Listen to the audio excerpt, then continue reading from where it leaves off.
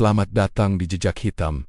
Pernahkah terlintas di benak Anda, di balik megahnya gudang-gedang pemerintahan dan janji-janji manis keadilan, bersembunyi sebuah bayangan pekat yang menggerogoti dari dalam? Hari ini, kita akan menyelami jurang kegelapan yang tak terbayangkan, menyingkap tabir lingkaran setan yang mengikat para pejabat korup dalam sebuah sekte rahasia yang mengerikan. Ini bukan sekadar cerita tentang uang dan kekuasaan. Ini adalah kisah tentang jiwa-jiwa yang tergadaikan, konspirasi yang terjalin erat, dan jerat dosa yang tak berujung. Bersiaplah, karena apa yang akan Anda saksikan mungkin akan mengubah pandangan Anda tentang keadilan. Jangan lewatkan setiap detiknya, karena kebenaran seringkali lebih menakutkan daripada fiksi. Gedung Pengadilan Negeri Jakarta, sebuah monumen megah yang menjulang angkuh di tengah hiruk-pikuk kota, seolah benteng keadilan yang tak tergoyahkan. Namun, bagi Risa, seorang jurnalis investigasi dengan insting setajam elang, tembok-tembok marmer itu lebih menyerupai dinding penjara yang tak terlihat, mengunci rapat rahasia-rahasia busuk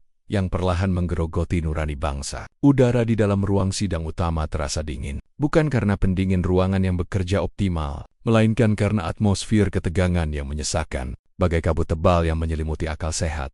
Kasus Garuda Emas yang melibatkan Dirjen Sumber Daya Mineral, Bapak Hadi Wijaya, seharusnya menjadi kemenangan telak bagi Komisi Pemberantasan Korupsi. Bukti-bukti yang disajikan jaksa penuntut umum tumpah ruah. Deretan rekening bank misterius di luar negeri, kesaksian para saksi kunci yang lugas dan meyakinkan, serta rekaman percakapan mencurigakan yang secara gamblang mengindikasikan transaksi suap bernilai miliaran. Publik menanti hukuman setimpal, sebuah deklarasi bahwa hukum masih berpihak pada kebenaran. Namun, suasana di ruang sidang hari itu terasa lain. Sebuah firasat buruk menyusup ke dalam benak Risa, seolah ada bisikan gaib yang memperingatkan akan adanya anomali.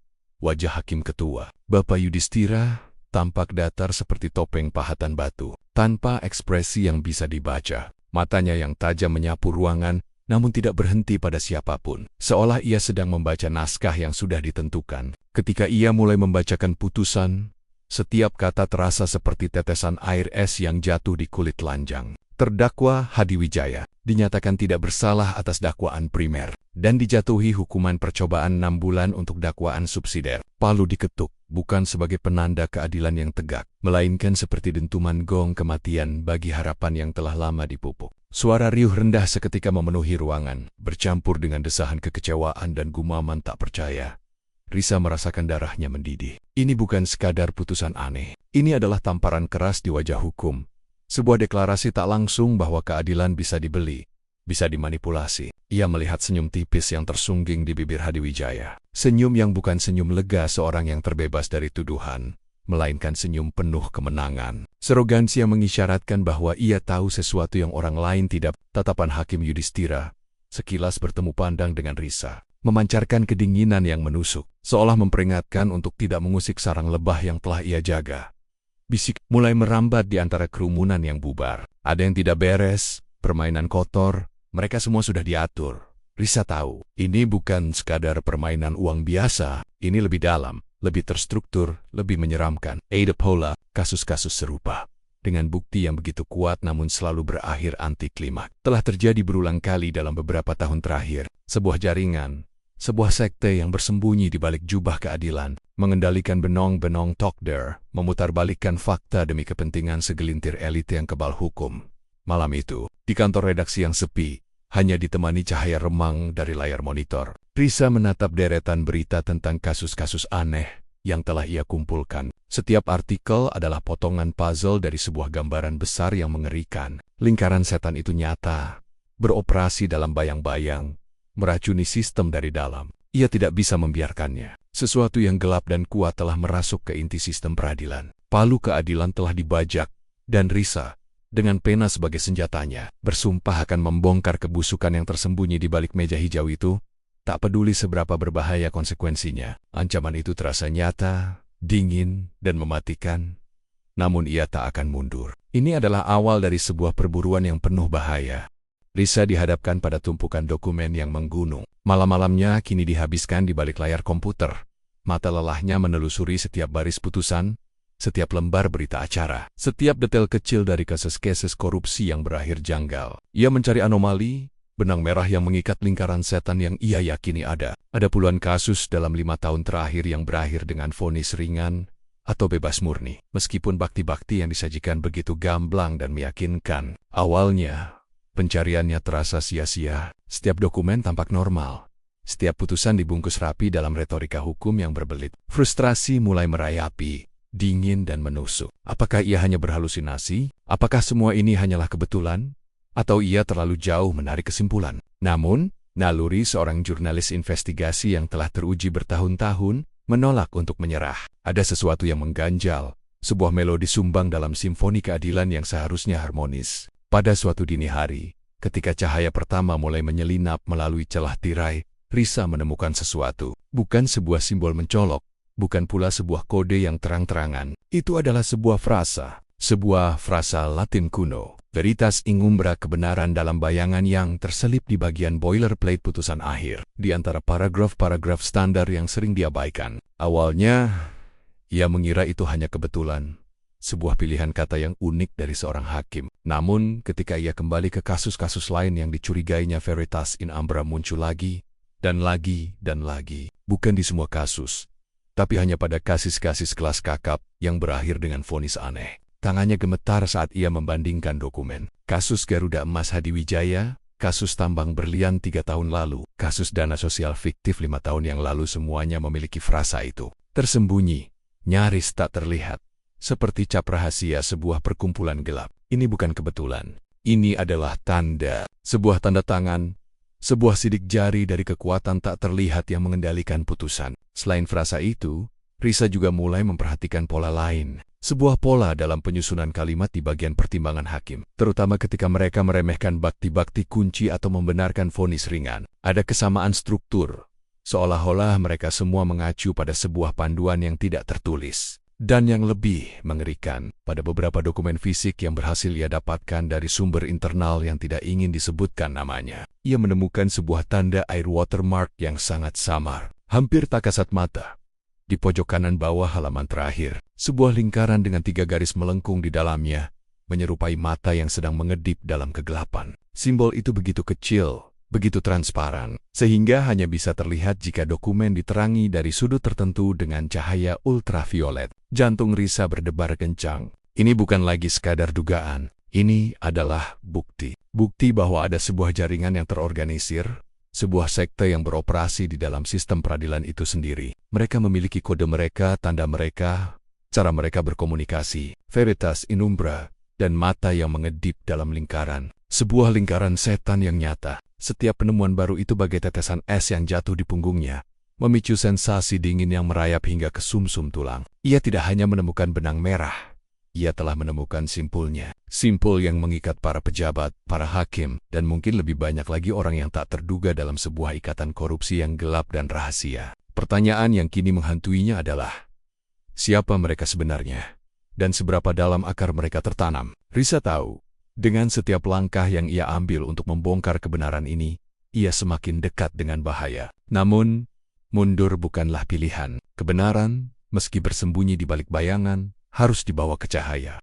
Risa semakin tenggelam dalam pusaran penyelidikannya. Penemuan veritas in umbra dan simbol mata yang mengedip telah mengubah segalanya. Ia tidak lagi sekadar mencari bukti, melainkan mencari cara untuk membongkar. Malam-malamnya dihabiskan untuk merancang strategi, mencari celah, dan mencoba menghubungi sumber-sumber lama yang mungkin memiliki informasi. Betapapun kecilnya, ia tahu, setiap langkahnya kini seperti berjalan di atas bilah pisau yang tipis, di ambang jurang yang tak terlihat. Udara di sekelilingnya terasa semakin dingin, seolah beanggen-beanggen yang ia kejar kini mulai membalas tatapannya. Suatu sore, ketika Risa kembali ke apartemennya yang sederhana setelah seharian di kantor, sebuah kejanggalan menyambutnya. Bau samar parfum yang bukan miliknya tercium di udara. Sebuah aroma melati yang menusuk dan asing. Lalu, ia melihatnya. Sebuah jendela yang biasanya terkunci rapat, kini sedikit terbuka, seolah dihembus angin yang tak ada. Jantungnya berdebar kencang, memukul-mukul rusuknya dengan irama tak beraturan. Ia mengamati sekeliling. Setiap sudut ruangan mencari tanda-tanda yang mencurigakan. Tidak ada yang hilang, tidak ada yang rusak. Namun ada sebuah buku catatan kecil yang ia gunakan untuk mencatat ide-ide acak, kini tergeletak terbuka di mejanya. Sebuah halaman yang kosong. Di atasnya, tergeletak sehelai daun kering yang layu, berwarna coklat gelap, seolah baru saja dipetik dari ranting. Sebuah pesan bisu yang dingin, sebuah pengingat akan kerapuhan. Risa tahu itu bukan kebetulan. Itu adalah peringatan, sebuah pesan bahwa mereka tahu, mereka mengawasinya. Keringat dingin membasahi punggungnya. Daun kering itu, sebuah simbol kematian dan kerapuhan, seolah mengejek keberaniannya. Ia membuang daun itu ke tempat sampah, namun bayangannya seolah tetap melekat di benaknya. Sebuah noda gelap di kanvas pikirannya.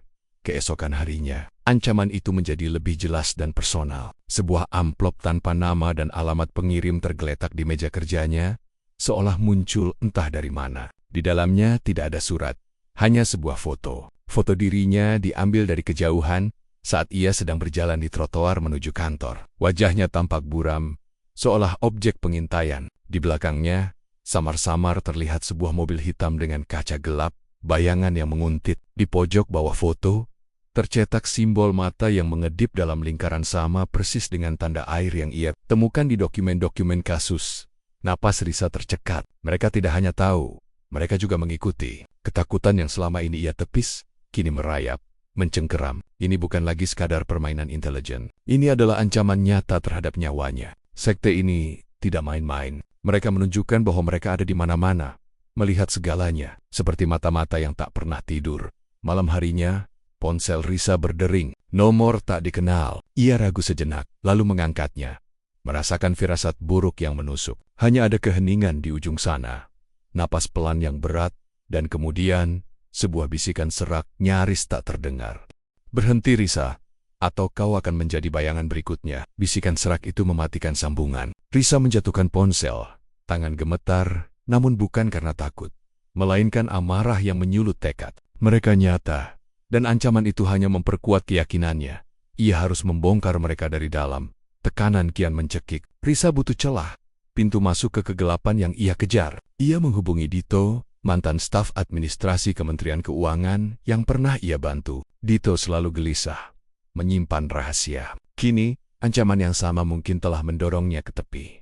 Mereka bertemu di kafe remang-remang, di bawah bayangan gedung tua. Dito datang, wajahnya pucat pasi, matanya terus menyapu sekeliling. Kau gila, Risa, bisiknya.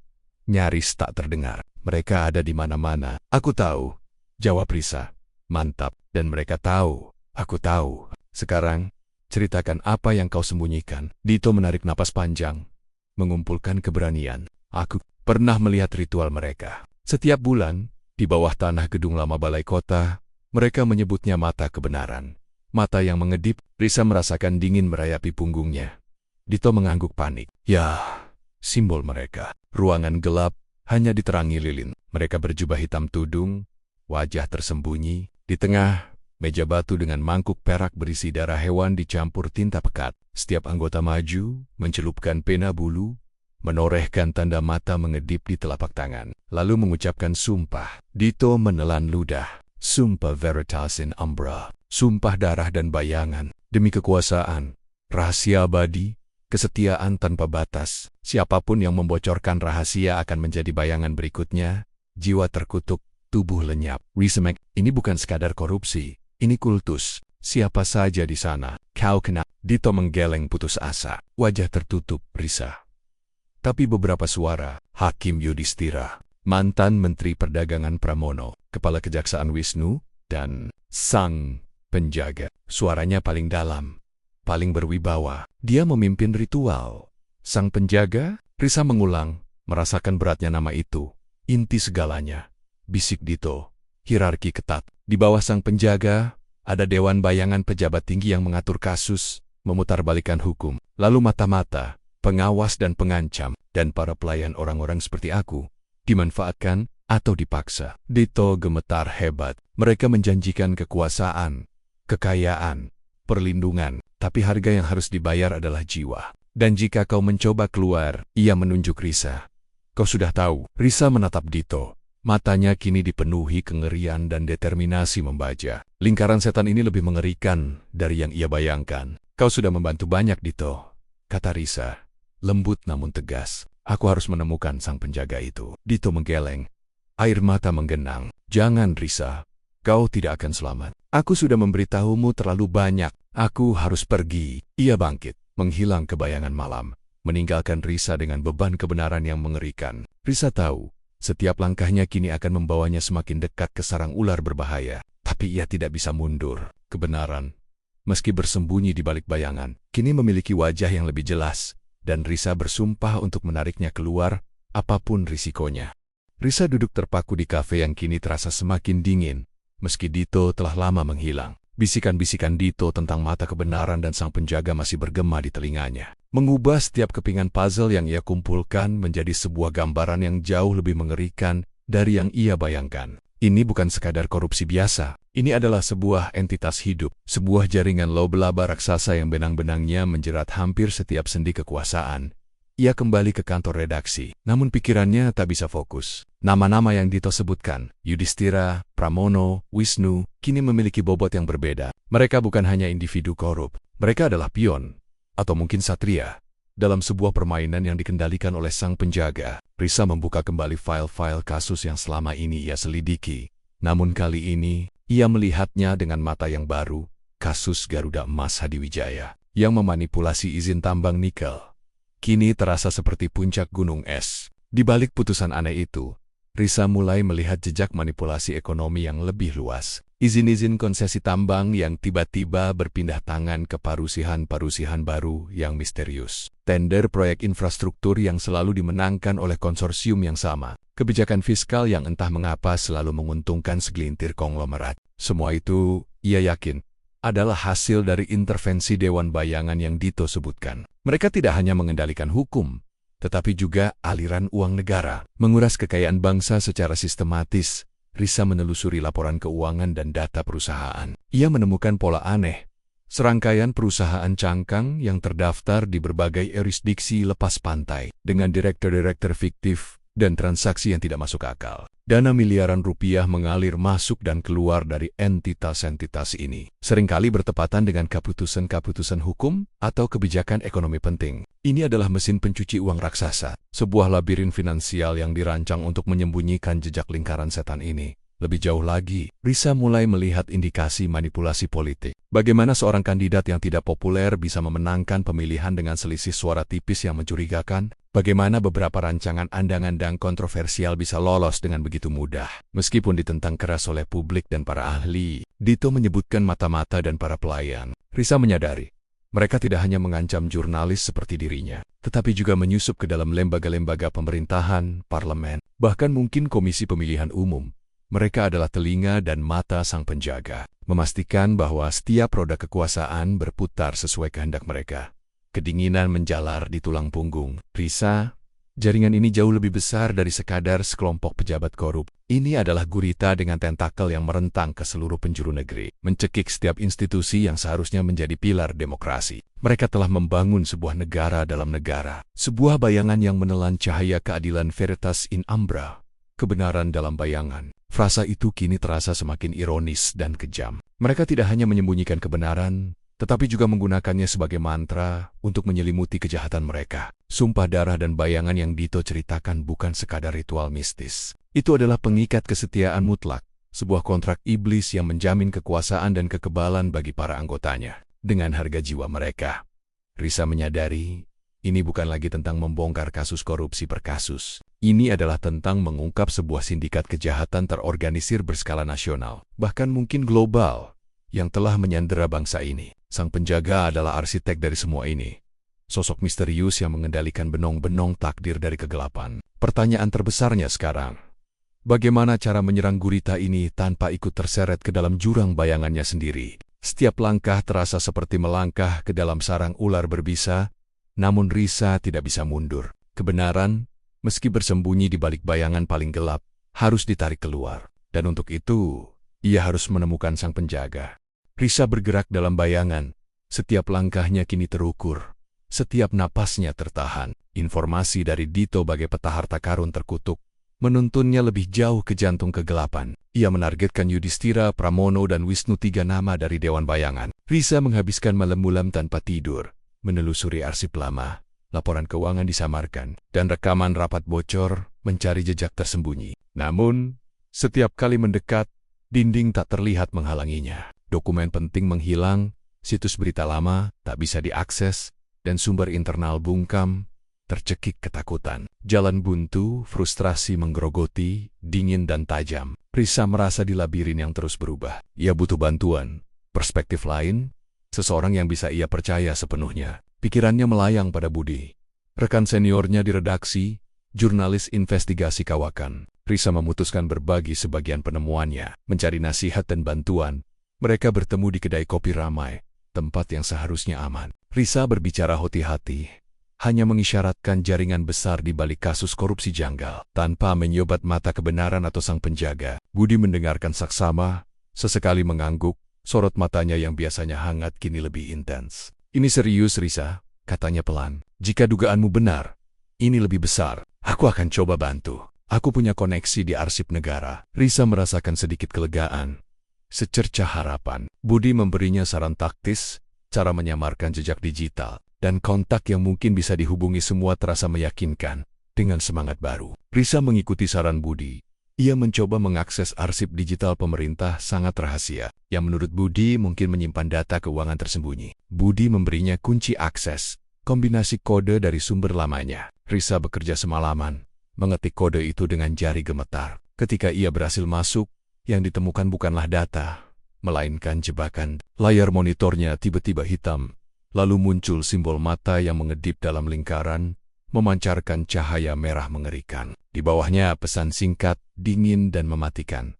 "Kau sudah terlalu jauh, Risa. Permainan berakhir." Napas Risa tercekat. Jantungnya berdebar kencang, memukul rusuknya panik. Ini bukan sekadar peringatan. Ini deklarasi perang. Dan yang paling menusuk, ia menyadari Budi telah memberinya kunci palsu. Pintu masuk menuju jebakan, pengkhianatan, rasa pahit merayap di lidahnya, lebih dingin dari es. Budi, orang yang ia percaya, telah menyerahkannya ke sarang serigala. Belum sempat Risa mencerna kenyataan pahit itu, ponselnya berdering. "No more," tak dikenal. Ia mengangkatnya dengan tangan gemetar. Kali ini bukan bisikan serak, melainkan suara Budi, jelas dan tanpa emosi. "Maaf Risa," katanya. "Aku tidak punya pilihan.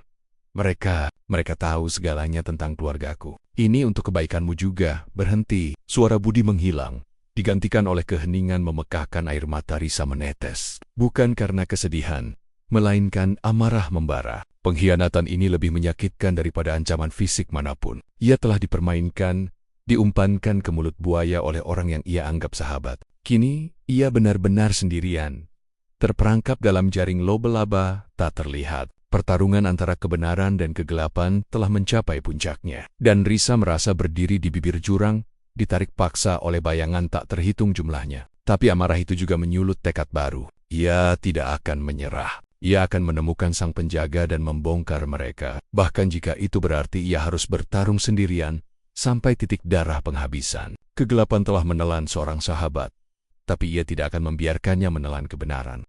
Risa duduk di kegelapan apartemennya. Ponsel yang menghantarkan suara Budi tergeletak bagai bangkai di lantai. Pengkhianatan itu luka menganga, lebih perih dari ancaman mati. Ia sendiri, benar-benar sendiri, di tengah labirin kegelapan yang dirancang untuk menelannya. Namun, dari abu kepedihan itu, membara tekad lebih kuat. Jika mereka ingin bermain kotor, ia akan bermain lebih kotor. Jika mereka ingin bayangan, ia akan menjadi badai yang merobeknya. Ia menghabiskan hari-hari berikutnya seperti hantu, bergerak tanpa jejak, makan ala kadarnya. Tidur hanya ketika kelelahan memaksanya. Komputernya satu-satunya jendela ke dunia, dan senjatanya adalah kata-kata. Risa menyusun laporan terakhirnya. Sebuah dokumen digital dirancang sebagai bom waktu. Setiap detail frasa veritas in umbra, simbol mata mengedip, nama-nama Dito, jejak perusahaan cangkang, manipulasi kebijakan, semua tertuang di sana. Ia tak peduli bukti hukum. Ia hanya ingin meledakkan kebenaran ke publik, membiarkan orang melihat wajah asli lingkaran setan ini. Ia menciptakan beberapa akun anonim di forum-forum gelap, menggunakan VPN berlapis, dan merencanakan distribusi laporan serentak ke berbagai media massa independen global, aktivis, dan kontak intelijen berintegritas. Ini lemparan dadu terakhirnya. Jika berhasil, ia mungkin memicu badai tak terhentikan. Jika gagal, ia akan lenyap menjadi bayangan berikutnya, malam pelepasan data. Risa menatap layar monitor dengan napas tertahan. Jari-jarinya melayang di atas tombol enter. Sensasi dingin merayapi punggungnya, bukan ketakutan, melainkan antisipasi. Ia tahu, setelah ini, hidupnya tak akan pernah sama. Dengan satu klik, laporan itu terkirim, menyebar bagai virus di dunia maya, menembus dinding sensor yang selama ini melindungi sekte itu. Dampak yang terjadi bagai gelombang tsunami. Publik terkejut, marah, menuntut kejelasan. Media independen segera menerbitkannya, memicu kegaduhan nasional. Nama Hakim Yudhistira, mantan Menteri Pramono, dan Kepala Kejaksaan Wisnu disebut-sebut, memicu penyelidikan internal tak terhindarkan. Beberapa para pelayan tingkat rendah dan mata-mata yang terungkap ditangkap, menjadi korban pertama badai yang ia ciptakan. Gedung-gedung pemerintahan digeledah dan beberapa kasus korupsi lama dibuka kembali. Namun, lingkaran setan ini terlalu dalam berakar. Yudhistira, Pramono, dan Wisnu, meski menghadapi tekanan publik dan penyelidikan, menggunakan jaringan dan kekuasaan untuk bertahan. Mereka menyangkal semua tuduhan, menuduh laporan Risa sebagai fitnah, dan mencoba memutarbalikkan fakta, menciptakan narasi tandingan. Sang penjaga tetap misteri. Bayangan terlalu licin untuk ditangkap, terlalu kuat untuk digoyahkan sepenuhnya. Risa telah melukai gurita itu, memotong beberapa tentakelnya, tetapi kepalanya tetap tersembunyi di kegelapan. Risa tahu, perjuangannya belum selesai. Ia telah membuka mata publik, menyingkap sebagian tabir, namun inti sekte itu masih bersembunyi. Ia kini menjadi buronan, bukan hanya dari hukum yang dikendalikan sekte, tetapi juga dari anggota mata kebenaran yang haus balas dendam. Ia harus hidup dalam penyamaran, terus-menerus mengubah identitas dan lokasi. Setiap bayangan adalah ancaman, setiap suara bisikan kematian. Peringatan itu kini terpampang jelas di depan mata bangsa. Korupsi, ketika terorganisir dan berakar dalam sebuah kultus yang menyentuh setiap sendi kekuasaan, adalah monster tak mudah dibunuh. Ia bisa terluka, bisa terpaksa mundur ke bayangan, tetapi ia selalu menemukan cara untuk bertahan, untuk beregenerasi. Kemenangan Risa bukanlah kehancuran total, melainkan pengingat pahit bahwa kebenaran, meski berhasil ditarik keluar dari bayangan, seringkali harus dibayar dengan harga mahal. Dan perjuangan melawan kegelapan adalah perang tanpa akhir. Veritas ingumbra kebenaran dalam bayangan akan selalu ada, menunggu ditemukan, dan menunggu untuk kembali menyelimuti dunia. Risa telah menyalakan lilin, tetapi kegelapan masih sangat luas. Kisah tentang lingkaran setan ini mungkin telah membuka mata kita akan sisi gelap kekuasaan. Menurut kalian, seberapa jauh lingkaran ini telah menjerat? Bagikan pemikiran dan teori konspirasi kalian di kolom komentar di bawah. Jangan lupa like video ini, subscribe ke Jejak Hitam untuk konten investigasi lainnya yang akan mengguncang pikiran Anda, dan nyalakan notifikasi agar tidak ketinggalan setiap misteri yang kami ungkap. Sampai jumpa di penyelidikan selanjutnya.